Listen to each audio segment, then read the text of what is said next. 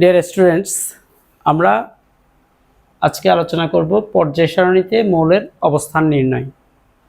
তো আমরা পর্যায় সারণীতে মৌলের অবস্থান নির্ণয় শুরু করার আগে প্রথমে আমাদেরকে জানতে হবে আসলে পর্যায় সারণীটা কি। তো পর্যায় সারণীতে তোমাদের এসএসসি পর্যন্ত তোমরা যে জিনিসটা পড়েছ সে জিনিসটা ছিল এরকম যে আমাদের পর্যায় সারণীতে মোট 7টা পর্যায় এবং 18টা গ্রুপ আছে। পর্যায় সংখ্যা হচ্ছে 7টা এবং গ্রুপ সংখ্যা হচ্ছে আমাদের 18টা। এখন ইন্টারমিডিয়েট লেভেলে কিন্তু আমাদের এটার বাইরেও আরেকটা ছোট্ট আছে, সেটা হচ্ছে পর্যায় সারণীতে এই যে আমরা যে 7টা পর্যায় এবং 18টা গ্রুপের যেই ব্যাপারটা খেয়াল করে এটাকে আমাদের সর্বাধুনিক পর্যায় সারণী বলা হয়। সর্বাধুনিক, ইংরেজিতে এটাকে বলা হয় পোস্ট মডার্ন। কিন্তু এর আগে আরেকটা পর্যায় সারণী ছিল যেটাতে পর্যায় সংখ্যা ছিল ঠিকই 7টা, কিন্তু গ্রুপ সংখ্যা সেখানে 1 থেকে 7 পর্যন্ত আমাদের এ এবং বি দুইটা ভাগে ভাগ করা ছিল। তার মানে 1 থেকে 7 পর্যন্ত এ এবং বি যদি হয় তার মানে এখানে 7 দুগুণে 14টা গ্রুপ। তারপর গ্রুপ নাম্বার 8 নামক রোমান হরফে লেখা এটা আরও একটা গ্রুপ ছিল, আর 0 গ্রুপ নামে একটা গ্রুপ ছিল।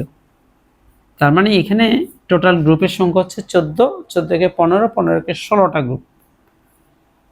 এই নিয়ম অনুসারে আমাদের গ্রুপ সংখ্যা হচ্ছে সর্বাধিক নিয়ম অনুসারে 1 থেকে 18 পর্যন্ত 18টা, আর এই নিয়ম অনুসারে 1 থেকে 7 পর্যন্ত এ এবং বি দুইটা ভাগে ভাগ করা, আর গ্রুপ নাম্বার 8 এবং 0 গ্রুপ।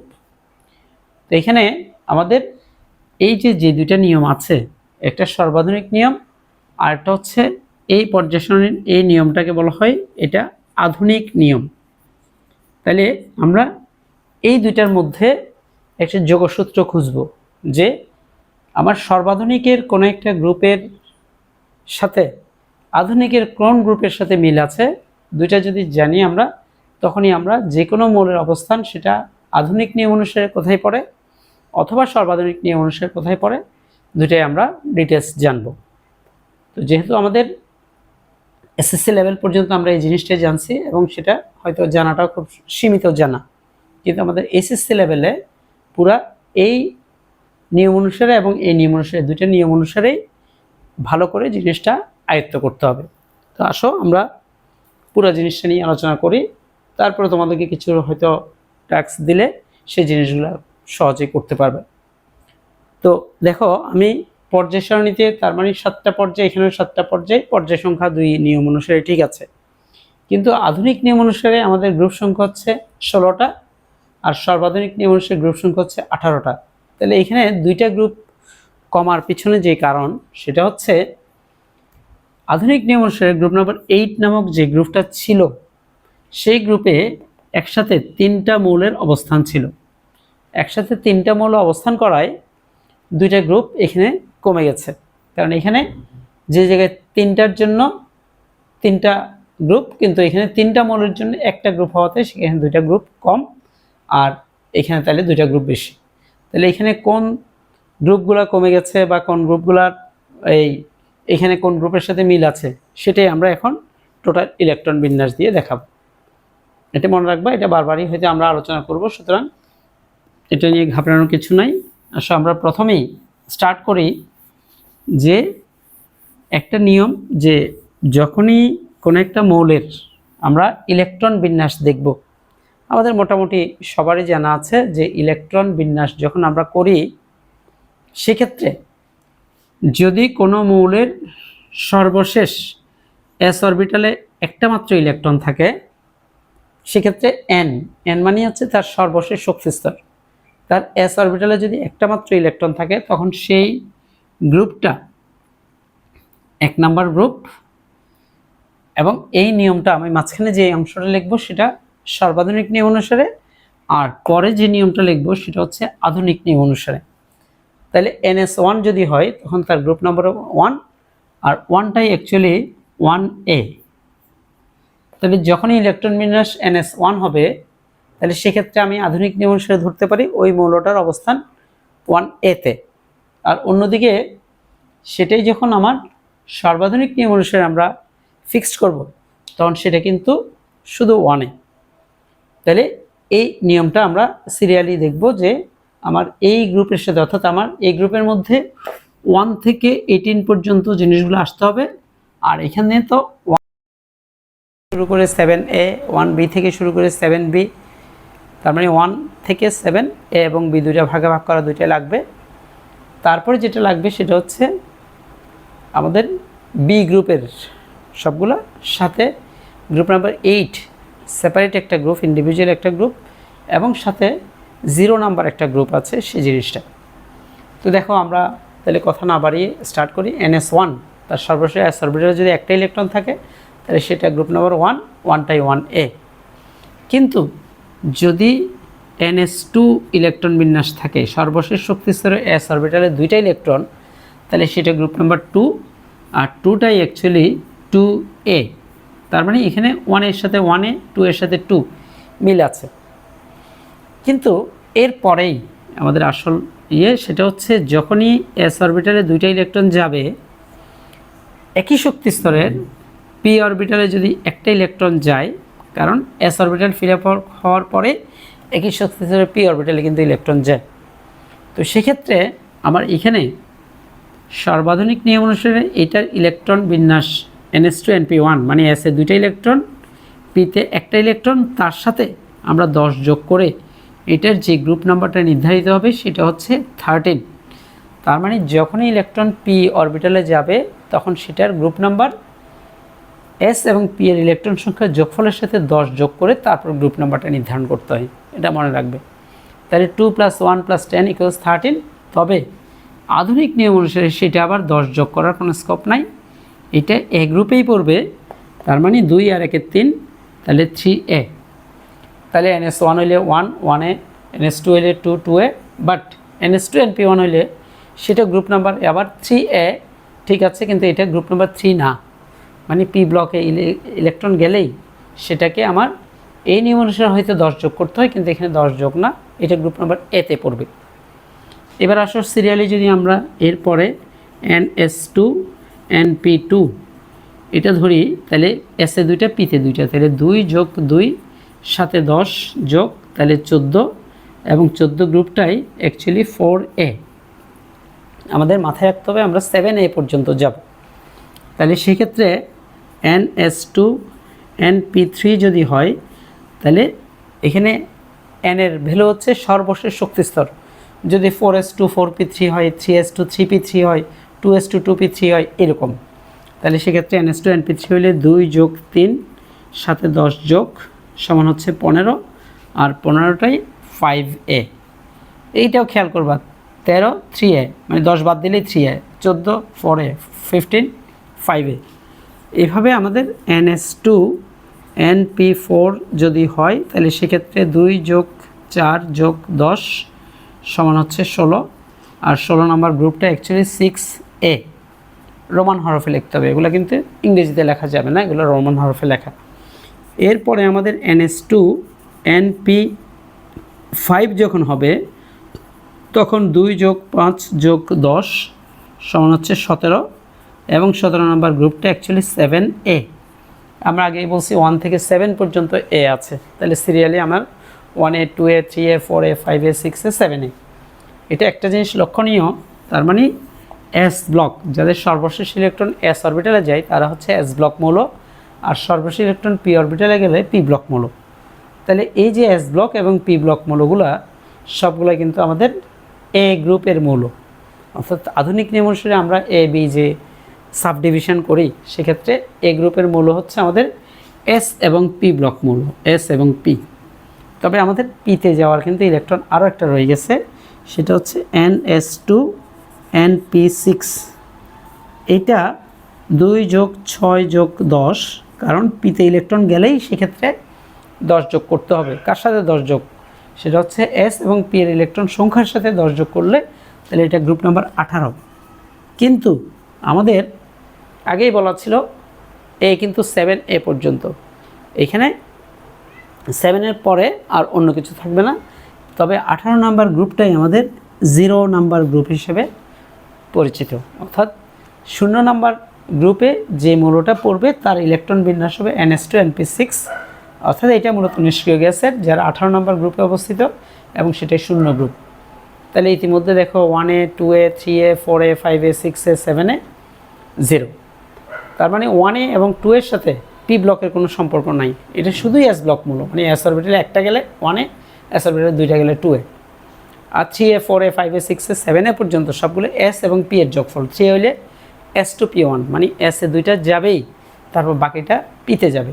4A হইলে এস এ দুইটা পিতে দুইটা, 5 হইলে এস এ দুইটা পিতে তিনটা, মানে এস এ দুইটা গিয়ে বাকিটা পিতে যাবে। তাহলে এই ক্ষেত্রে আমাদের এ গ্রুপের মৌলগুলো মোটামুটি ক্লিয়ার হইল। এবার আসো এরপরে আমাদের এখানে 1, 2 আর 13 থেকে 18 পর্যন্ত চলে আসছে, তার মানে আমাদের বাকি আছে আর 3 থেকে 12 নম্বর যে গ্রুপগুলা 3 থেকে 12 নম্বর গ্রুপের মৌলগুলো এখানে এখনও পর্যন্ত আমরা নিয়ে আসি নাই, বা এখানেও ধরতে পারো তোমরা যে 1B থেকে শুরু করে আমাদের 7B পর্যন্ত কোনোটাই আসে নাই, এবং ইনক্লুডিং 8 নাম্বার গ্রুপ, 8 নাম্বার গ্রুপও কিন্তু আসে নাই।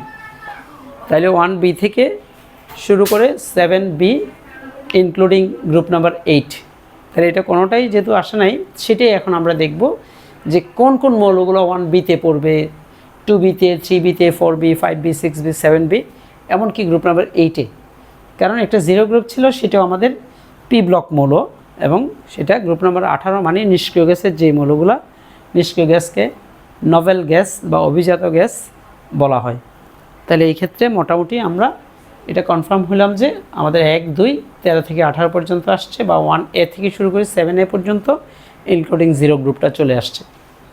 এইবার আমি যদি পাশাপাশি এখানে লিখি যে আমাদের গ্রুপ নাম্বার 3 থেকে 12, তাহলে এটা এখানে রাখলে আরেকটা সুবিধা হচ্ছে, তুমি পাশাপাশি এটার ইয়েটা দেখতে পাবা। এই যে দেখো, পরবর্তীতে আমরা যদি একটু উপর থেকে লিখি, যেমন ধরো আমার পি ব্লক মৌল, এস ব্লক এবং পি ব্লক মৌল কিন্তু শেষ। আমরা জানি যে চতুর্থ শক্তি স্তরে যখন এস অরবিটাল ফিল আপ হবে, ফিল আপ হয়ে যদি ডি ব্লকে যায়, কারণ চতুর্থ শক্তি স্তরে আমরা জানি যে 4s2 ফিল আপ হওয়ার পরে ইলেকট্রন ডিতে যায়, তাহলে সেক্ষেত্রে NS2 N-1 D1 যদি হয়, দেখো একটু ভালো করে, 4s2 3D1, সেজন্য N যদি সর্বশেষ শক্তি স্তরের অরবিটাল হয়, তাহলে সেই শক্তি স্তরে এস অরবিটাল ফিল আপ হয়ে তার পরের শক্তি স্তরের ডি অরবিটাল ফিল আপ হওয়া শুরু করে, এবং সেটাই বাস্তবে 4s2 3D1, 5s2 4D1 এরকম যায়।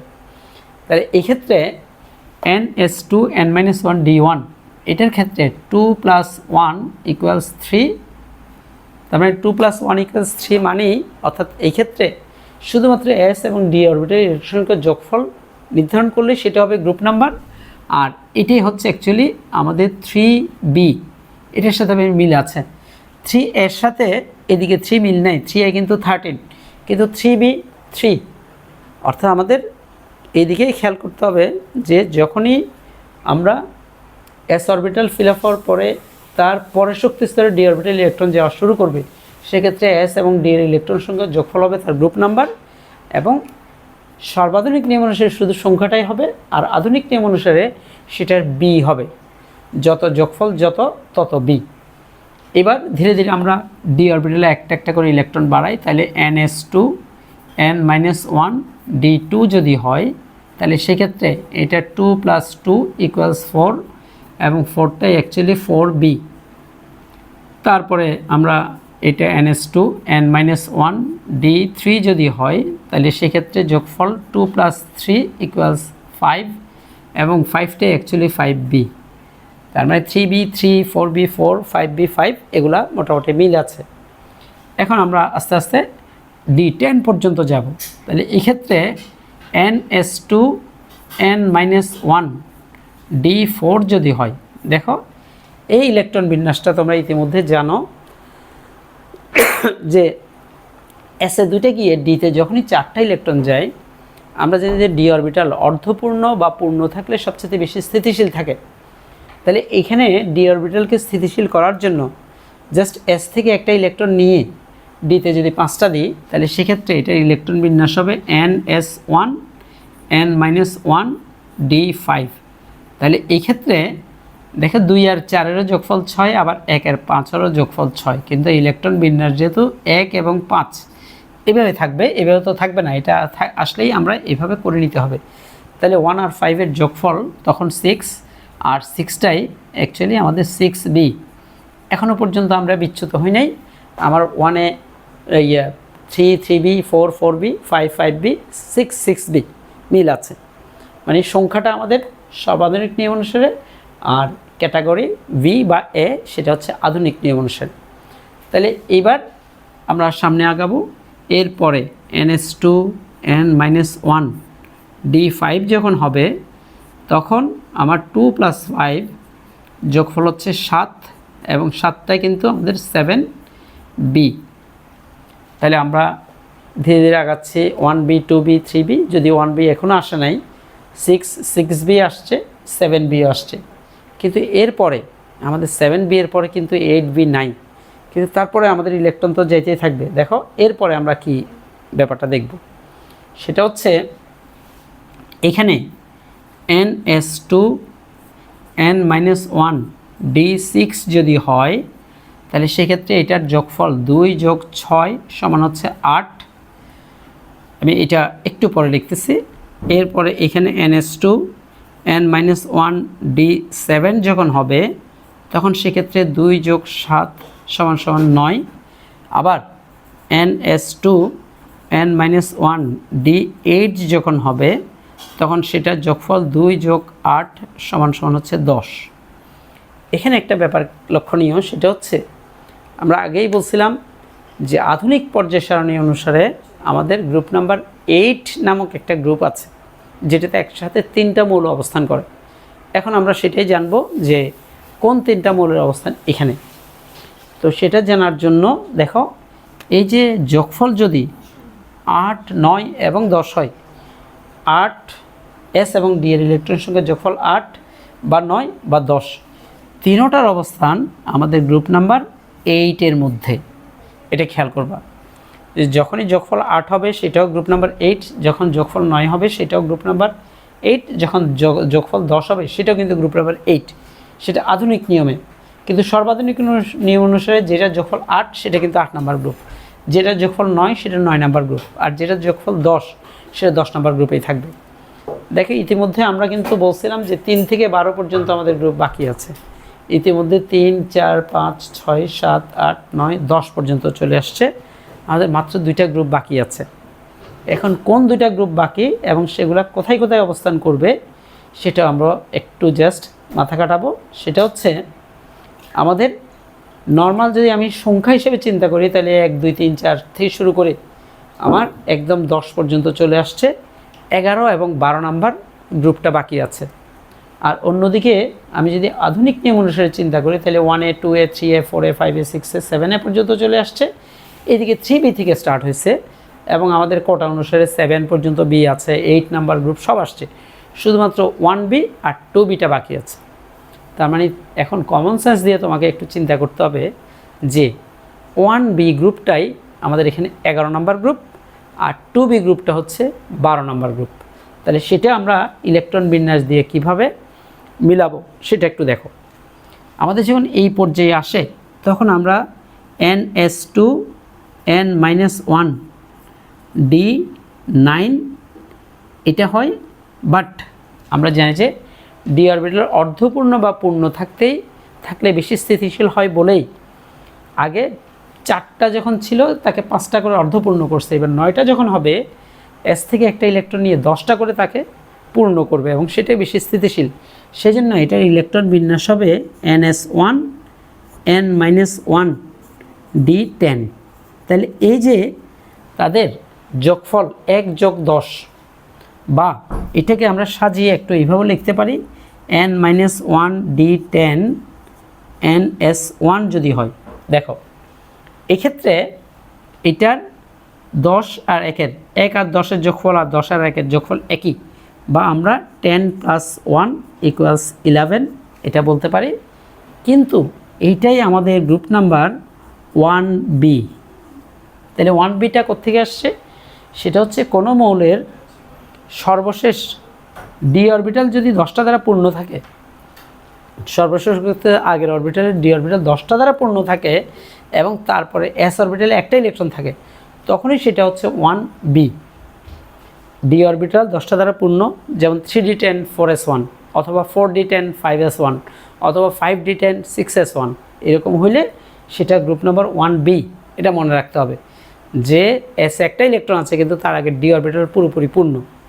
যেমন দেখো 1aতেও কিন্তু এস অরবিটালে একটা ইলেকট্রন থাকলে 1a, কিন্তু এটার সাথে এটার পার্থক্য হচ্ছে এখানে তার আগে ডি অরবিটালে চাইলেই তুমি কোনো ইলেকট্রন 10টা দ্বারা পূর্ণ করতে পারবে না, কিন্তু এখানে ডি অরবিটাল 10টা দ্বারা পূর্ণ, তারপরে একটা ইলেকট্রন থাকলে সর্বাধুনিক নিয়ম অনুসারে সেটা 11, কিন্তু আধুনিক নিয়ম অনুসারে সেটা 1b।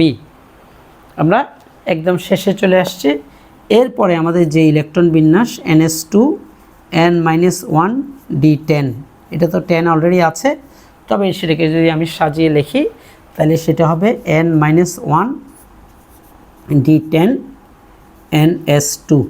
তাহলে এই ক্ষেত্রে এটার যে হবে সেটা হচ্ছে 10 + 2 = 12, আর এই নিয়ম অনুসারে সেটা 2b। তাহলে 2b সেটা 12 নম্বর গ্রুপের সাথে মিল, আর 1b সেটা 11 নম্বর গ্রুপের সাথে মিল।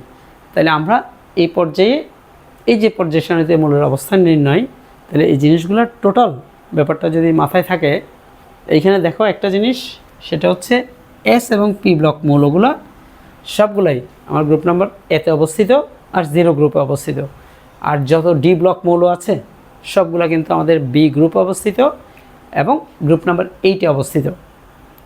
তাহলে এটা মাথায় থাকলো।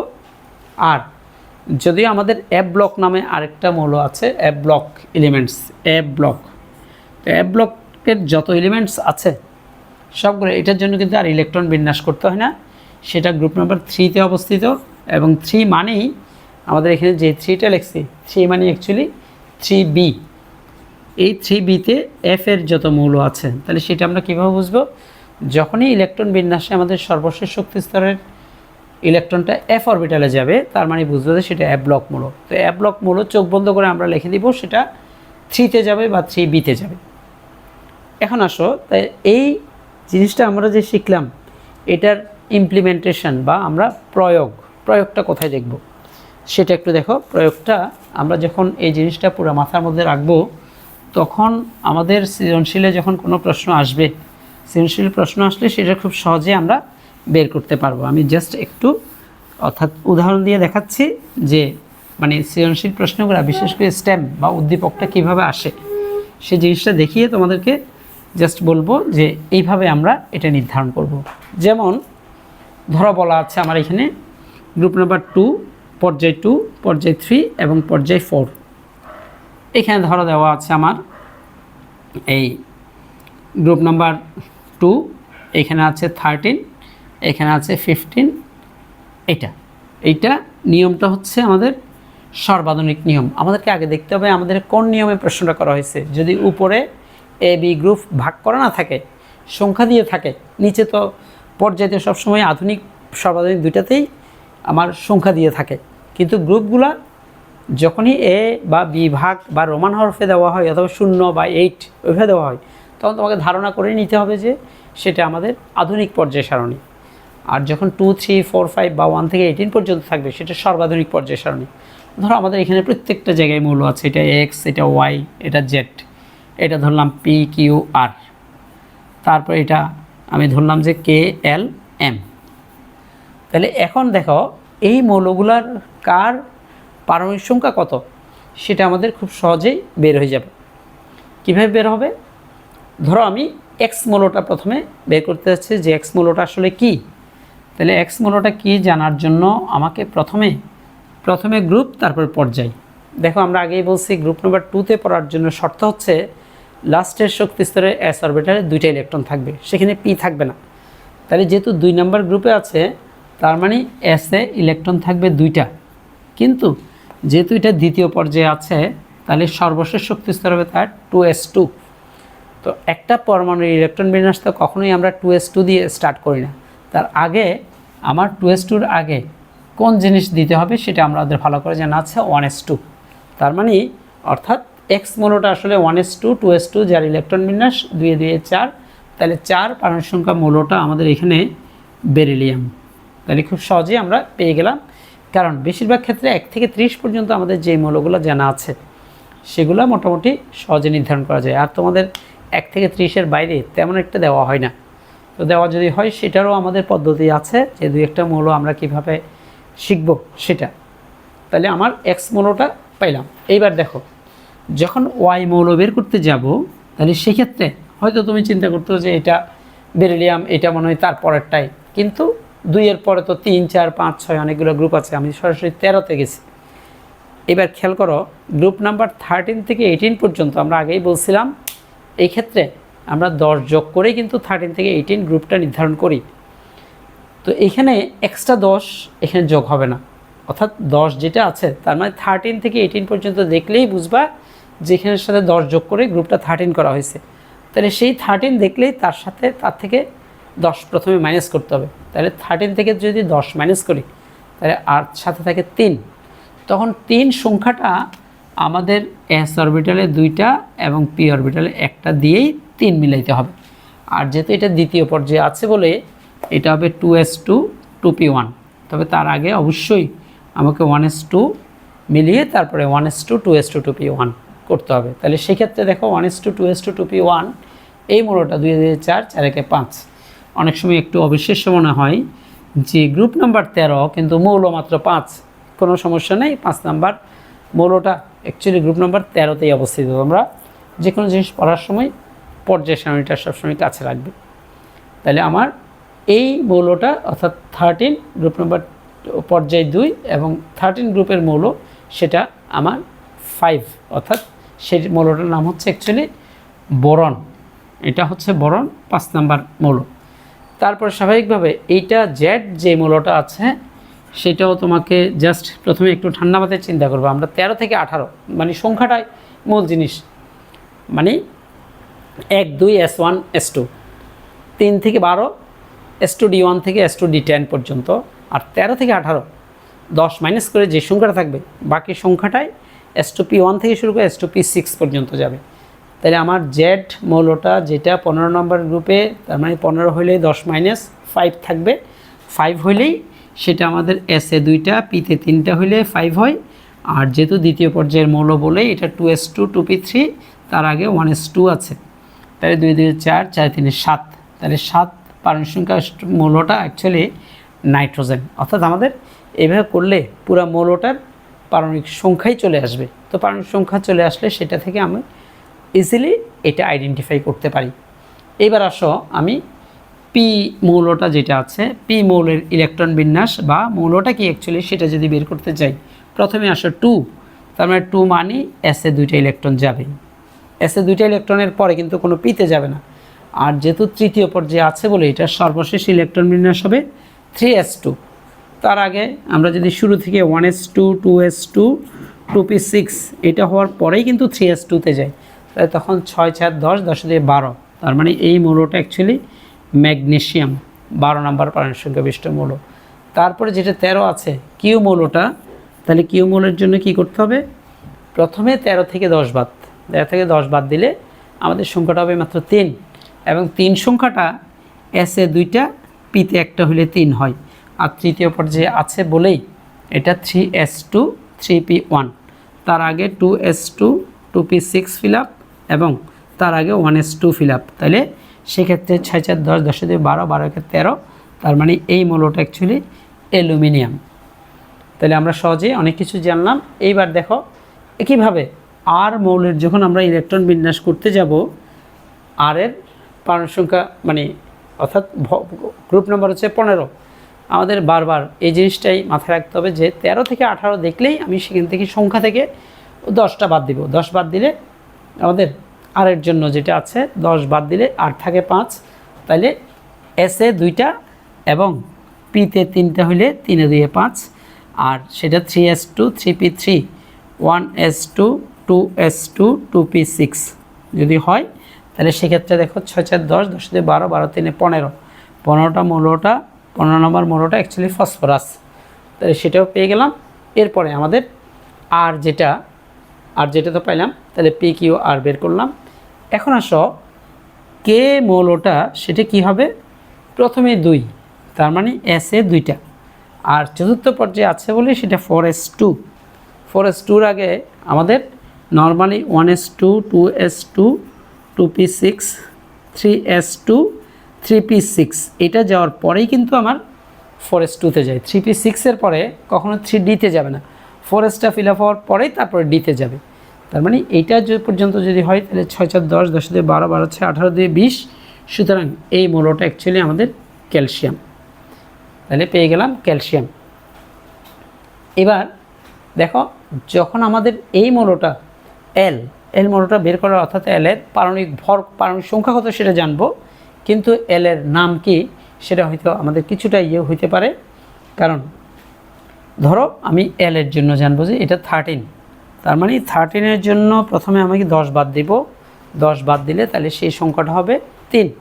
3 হইলেই সেটা S2P1। এখানে একটা জিনিস খেয়াল করার জিনিস, এটা হচ্ছে S2P1 যেহেতু চতুর্থ পর্যায়ে আছে, তার মানে এটা 4s2 4p1। তার মানে নিয়ম অনুসারে আমার একই শক্তি স্তরের s অরবিটালে গিয়ে সেম শক্তি স্তরে পিতে যাবে। কিন্তু আমাদের ইলেকট্রন বিন্যাসটা মাথায় রাখতে হবে যে 4s2 ফিল আপ হওয়ার পরে মাঝে আমাদের 3d10 ফিল আপ হয়, তারপরে 4pতে যায়। তার মানে এখানে 4s2 ফিল আপ হওয়ার পরে 4pতে যখন ইলেকট্রন গেছে, নিশ্চয়ই বুঝতে হবে ইতিমধ্যে 3d10 পূরণ হওয়া ছাড়া ইলেকট্রন কিন্তু পিতে যাইতে পারবে না। যেহেতু আমাদের নিয়ম অনুসারে 4pতে ইলেকট্রন গেছে, তার মানে 3d নিশ্চয়ই অলরেডি ফিল আপ। তাহলে 3d10 ফিল আপ হইলে বাকি জিনিসগুলো আমরা 1s2, 2s2, 2p6, তারপরে 3s2, 3p6 এটা ফিল আপ করেই কিন্তু ওইটাতে যাবে। তাইলে সেক্ষেত্রে আমার এই পুরো ইলেকট্রন বিন্যাসটা দেখো, 6 10, 10 12, 12 18, 10 28, 28 30, 30 31। তাহলে 31 নম্বর মৌলটা আমাদের কী মৌল সেটা আমাদের পর্যায় সারণী থেকে একটু দেখতে হবে। সেটা হচ্ছে 31 নম্বরটা গ্যালিয়াম। 31 নম্বর মৌল সেটা হচ্ছে কি গ্যালিয়াম, GA দিয়ে লেখে গ্যালিয়াম। তাহলে আমাদের 31 নম্বর মৌলটা চলে আসছে। এখন আসো M যে মৌলটা, তাহলে সেই মৌলটার ইলেকট্রন বিন্যাসের জন্য আমাদের কি করতে হবে, প্রথমে দেখো 15, তার মানে 15 মানি তার সাথে 10 বিয়োগ করব, তার থেকে 10 বিয়োগ করলে 5, 5 সংখ্যাটা থাকবে, S এ 2টা এবং P-তে 3টা হলে 5 হয়। আর চতুর্থ পর্যায়ে বলেই এটা 4s2 4p3। কিন্তু আবারও আগের মতো 4s2 ফিল আপ হওয়ার পরে 4p-তে অলরেডি 3টে ইলেকট্রন গেছে, মানে কি ডি অরবিটাল ফিল আপ হওয়া ছাড়া কখনো 4s2 ফিল আপ হওয়ার পরে ইমিডিয়েট 4p-তে যাবে না। তার মানে এটা D already fill up, D10। তাহলে 3s2 3p6 3d10, 2s2 2p6 হবে, আর তার আগে 1s2 হবে। এবং সেই মৌলটা 6 10, 10 12, 12 18, 10 28, 28 30, 30 3 33। এবং 33 নম্বর মৌলটা অ্যাকচুয়ালি আর্সেনিক। এটা ফসফরাসের এই গ্রুপ নম্বর 5-এর মৌল। 33 নম্বর গ্রুপের মৌলগুলোকে, এগুলো আবার স্পেশাল কিছু নাম আছে, সেটা আমরা অন্য ক্লাসে দেখাবো। তাহলে আমাদের L K L M সবগুলো চলে আসছে। তাহলে এইভাবে আমরা যখনই গ্রুপ নাম্বার 13 থেকে 18 পর্যন্ত থাকবে, তুমি দেখো এখানে কোনো ডি ব্লকের অস্তিত্ব নাই, সবগুলো পি ব্লক আর এস ব্লক মৌল। তাহলে এস ব্লক হচ্ছে 1 আর 2, আর পি ব্লক হচ্ছে 13 থেকে 18। তাহলে আমরা পেয়ে গেলাম। এবার আমরা একটু ফিনিশিং টাচ দিব, আমরা প্রায় শেষ পর্যায়ে আছি। এখন আমাদের ডি ব্লকে যে মৌলগুলো আসবে সেই মৌলগুলো নিয়ে একটু আলোচনা করব। যে পর্যায় সারণীতে গ্রুপগুলো যদি, আবার আরেকটা জিনিস আছে সেটা তোমরা পর্যায় সারণী দেখলে কিছুটা আইডিয়া করতে পারবা। সেটা হচ্ছে কি আমাদের ডি ব্লক মৌলগুলো কিন্তু পর্যায় 1, পর্যায় 2, পর্যায় 3-তে থাকে না, চতুর্থ পর্যায় থেকে ডি আরম্ভ হয়। এখন চতুর্থ পর্যায়ে কেন ডি আরম্ভ হয় সেটা ব্যাখ্যা হচ্ছে, আমাদের যখনই ডিতে ইলেকট্রন যাবে, ধরো 3d1, ডি কিন্তু এর আগে 2d নাই, 3d আছে, কিন্তু 3d ফিল আপ করতে হইলে আমাকে অবশ্যই 4s2 ফিল আপ করার পরে কিন্তু 3dতে যাইতে হবে। তো 4s2 3d যদি হয়, মানে ডি ব্লক মাত্র আরম্ভ, তাতে কিন্তু সেটা চতুর্থ পর্যায়ের মৌল, কারণ পর্যায়টা আমার সর্বোচ্চ শক্তিস্তর হিসেবে নির্ভর করে। এখানে সর্বোচ্চ শক্তিস্তর 4 বলেই এটা চতুর্থ পর্যায়ের মৌল। এবং ডি ব্লক মৌল সবসময় চতুর্থ পর্যায় থেকে শুরু হয়। এখন আসো আমরা যদি এইভাবে, আমরা কিন্তু আধুনিক নিয়মটাই বোঝাচ্ছি, সেক্ষেত্রে ধরো আমার এরকম আছে যে চতুর্থ পর্যায় আমার এখানে দেওয়া আছে 6 নাম্বার গ্রুপ এবং এখানে ধরো 11 নাম্বার গ্রুপ, এটা এক্স মৌল, এটা ওয়াই মৌল। কারণ আমরা আগেই জানি যে 3 থেকে 12 পর্যন্ত মৌলগুলো হচ্ছে আমাদের ডি ব্লক মৌল। আর সেটার যদি এখন আমরা এক্স মৌলটা এবং ওয়াই মৌলটা কি চতুর্থ পর্যায়ে সেটা বের করতে যাই, তখন তুমি জাস্ট মাথায় রাখবে এটা যে 6 নাম্বার গ্রুপে পড়ার শর্ত হচ্ছে এস এ 2টা ইলেকট্রন এবং ডিতে 6 থেকে 2 বাদ গেলে তাহলে 4, ডিতে 4টা ইলেকট্রন, এইভাবে হওয়ার কথা। এবং চতুর্থ পর্যায়ে বলে এখানে 4s2 হবে, এখানে কিন্তু 3d4 হবে। কিন্তু দেখো আমরা জানি যে 4s2 3d4 ইলেকট্রন বিন্যাসটা সাধারণত হয় না। কি হয়, এসে তখন একটা ইলেকট্রন দিয়ে ডিতে 5টা করে, ডি এর 5টা, তাহলে আমরা এটা সাজিয়ে লিখতে পারি যে 4s1 3d5 হবে এটার সর্বশেষ ইলেকট্রন বিন্যাস। কিন্তু সর্বশেষ শুধু দিলেই তো হবে না, তার আগের অংশটা আমাকে অবশ্যই ফিল আপ করতে হবে। তাহলে সেক্ষেত্রে এটার যেটা হবে 3s2 3p6 ফিল আপ করতে হবে, 3d তো এখানে আছে, আর 2s2 2p6ও ফিল আপ করতে হবে, তারও আগে 1s2 ফিল আপ করতে হবে। এখন দেখো এটা যদি আমি হিসাব করে দেখি 6 4 10 10 দিয়ে 12 12 হচ্ছে 18 18 কে 19 19 এর পাশে 24 এবং 24 নাম্বার মৌলটা আমাদের অ্যাকচুয়ালি সেটা হচ্ছে ক্রোমিয়াম। তাহলে আমরা আগেই বলছি 6 নাম্বার 3 থেকে 12 পর্যন্ত এস এবং ডি এর ইলেকট্রন সংখ্যার যোগফল, s2d1 হচ্ছে 3, s2d10 হচ্ছে 12। তাহলে এখন খেয়াল করে দেখো এই মৌলটা ক্রোমিয়াম, আর পরবর্তী 11 নম্বর গ্রুপে যেটা থাকবে সেটার জন্য আমরা কি করব, তাও এস এবং ডি এর ইলেকট্রনের যোগফল কিন্তু 11 হইতে হবে। তার মানে দেখো এস এবং ডি এর ইলেকট্রন সংখ্যার যোগফল যদি 11 হইতে হয়, s2d9 দিলে 11 হয়। আবারও একইভাবে s2d9 যখনই হয় এবং চতুর্থ পর্যায়ে আছে বলে এটা 4s2 বাট এইটা 3d9 হবে। তাহলে এক্ষেত্রে ডিতে যখনই 9টা ইলেকট্রন যাবে, ডি এর 2টা জিনিস, একটা হচ্ছে d4 হলে 5 হয় এস থেকে একটা ইলেকট্রন নিয়ে, আর d9 হলে d10 হয় তাও এস থেকে একটা ইলেকট্রন নিয়ে। তো এই ক্ষেত্রে এটার ইলেকট্রন বিন্যাস হবে 4s1 3d10। তাহলে এই ক্ষেত্রে আমরা বাকি জিনিসগুলা 3s2 3p6 তারপরে 2s2 2p6 তারও আগে আমাকে 1s2 ফিল আপ করতে হবে। তাহলে 6 4 10 10 12 12 হচ্ছে 18 18 আর 19 19 আর 10 29, তার মানে 29 নাম্বার মৌলটা অ্যাকচুয়ালি সেটা হচ্ছে আমাদের কপার। তাহলে এইভাবে আমরা কোনো মৌল পর্যায় সারণীতে এইভাবে বের করব। যদি এক্ষেত্রে ধরো আমার এখানে 6 না দিয়ে বা 11 না দিয়ে আমার এখানে বলা হলো এটা 4b এবং এইটা আমাদের বলা হলো 7b, তাহলে দেখো সেক্ষেত্রে আমরা 4b আর 7b এর মৌলগুলা কীভাবে নির্ধারণ করব সেটাও আমাদের বলা ছিল যে 3bটা 3 4bটা 4 5bটা 5 মিল আছে। তো এক্ষেত্রে আমরা যদি এটা p এবং এটা q হয়, তাহলে দেখো p মৌলের জন্য আমরা হিসাব করব 4bতে s এবং d এর ইলেকট্রন সংখ্যার যোগফল 4 হইতে হবে।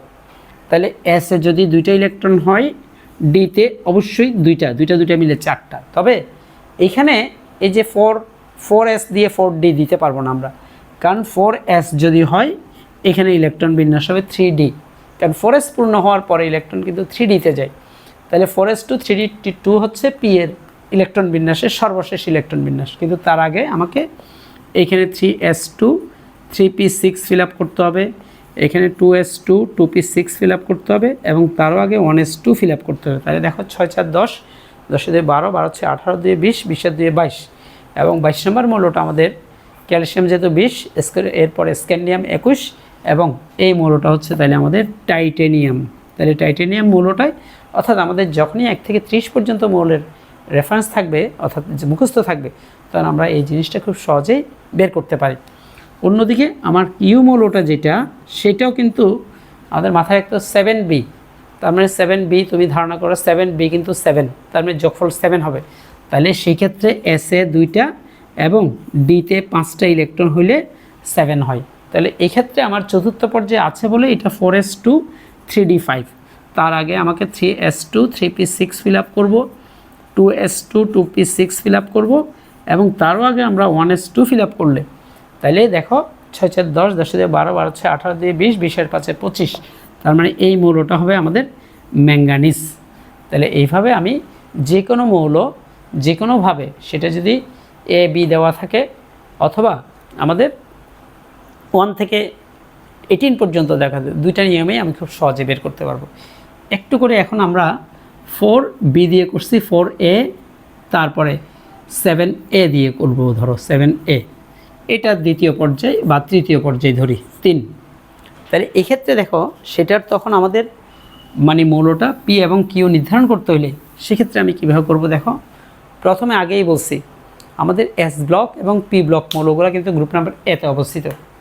তাও যখন দেখবো 1a আর 2a তখন সেটা এস ব্লক মৌল, কিন্তু 3a 4a 5a 6a 7a including 0 সেটা কিন্তু আর এস ব্লক মৌল না, ওইটা পি ব্লক মৌল। তার মানে তার পি অরবিটাল আসবেই, তবে এস অরবিটাল দুইটা ফিল আপ হওয়ার পরে বাকিগুলো পিতে আসবে। তাই দেখো 4a মানে তার মানে এটা পি ব্লক মৌল, কিন্তু এসে দুইটা, অর্থাৎ আমি এই পি মৌলটা বের করতে হইলে যেহেতু 4a তাহলে এসে দুইটা এবং পিতে দুইটা ইলেকট্রন যাবে, যেহেতু তৃতীয় পর্যায়ে আছে বলে এটা 3s2 3p2, আর তার আগে 2s2 2p6 যাবে এবং তারও আগে 1s2 যাবে। তাহলে দেখো 6 4 10, 10 দিয়ে 12, 12 দিয়ে 14, তাহলে 14 নম্বর মৌলটা অ্যাকচুয়ালি এটা হচ্ছে সিলিকন।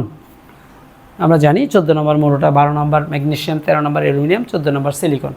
এবার কিউ যেই মৌলটা আছে সেটাও আমাদের যেহেতু এ গ্রুপের মৌল তার মানে পি ব্লক মৌল, তাহলে 7 সংখ্যাটা মিলাইতে হলে এসে দুইটা ইলেকট্রন এবং পিতে 5টা ইলেকট্রন হলে 7 হয়। আর তৃতীয় পর্যায়ে আছে বলে 3s2 3p5, তার আগে 2s2 2p6 এবং তারও আগে 1s2 হবে। তাহলে 6 4 10, 10 দিয়ে 12, 12 5 17, তাহলে 17 মৌলটা অ্যাকচুয়ালি এটা ক্লোরিনকে নির্দেশ করে। তাহলে এইভাবে আমি মৌলের ইলেকট্রন বিন্যাসটা কমপ্লিট করতে পারবো।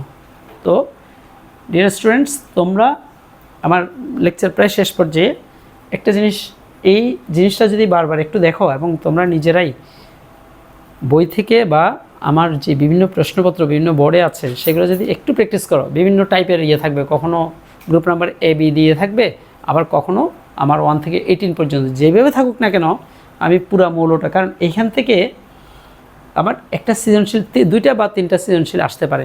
তো প্রত্যেকটা সৃজনশীল যেমন এই মৌলটা পি মৌলটা সিলিকন, কিন্তু আমি যদি আমার মেমোরি থেকে হয়তো একটু মেমোরি লস হয়েছে আমি সিলিকন বাদে এটা ফসফরাস লিখে দিলাম, তাহলে কিন্তু আমার পুরা জিনিসটা 3 এবং 4 মার্কস পুরোটাই কাটায়, টিচারে পড়েও দেখবে না।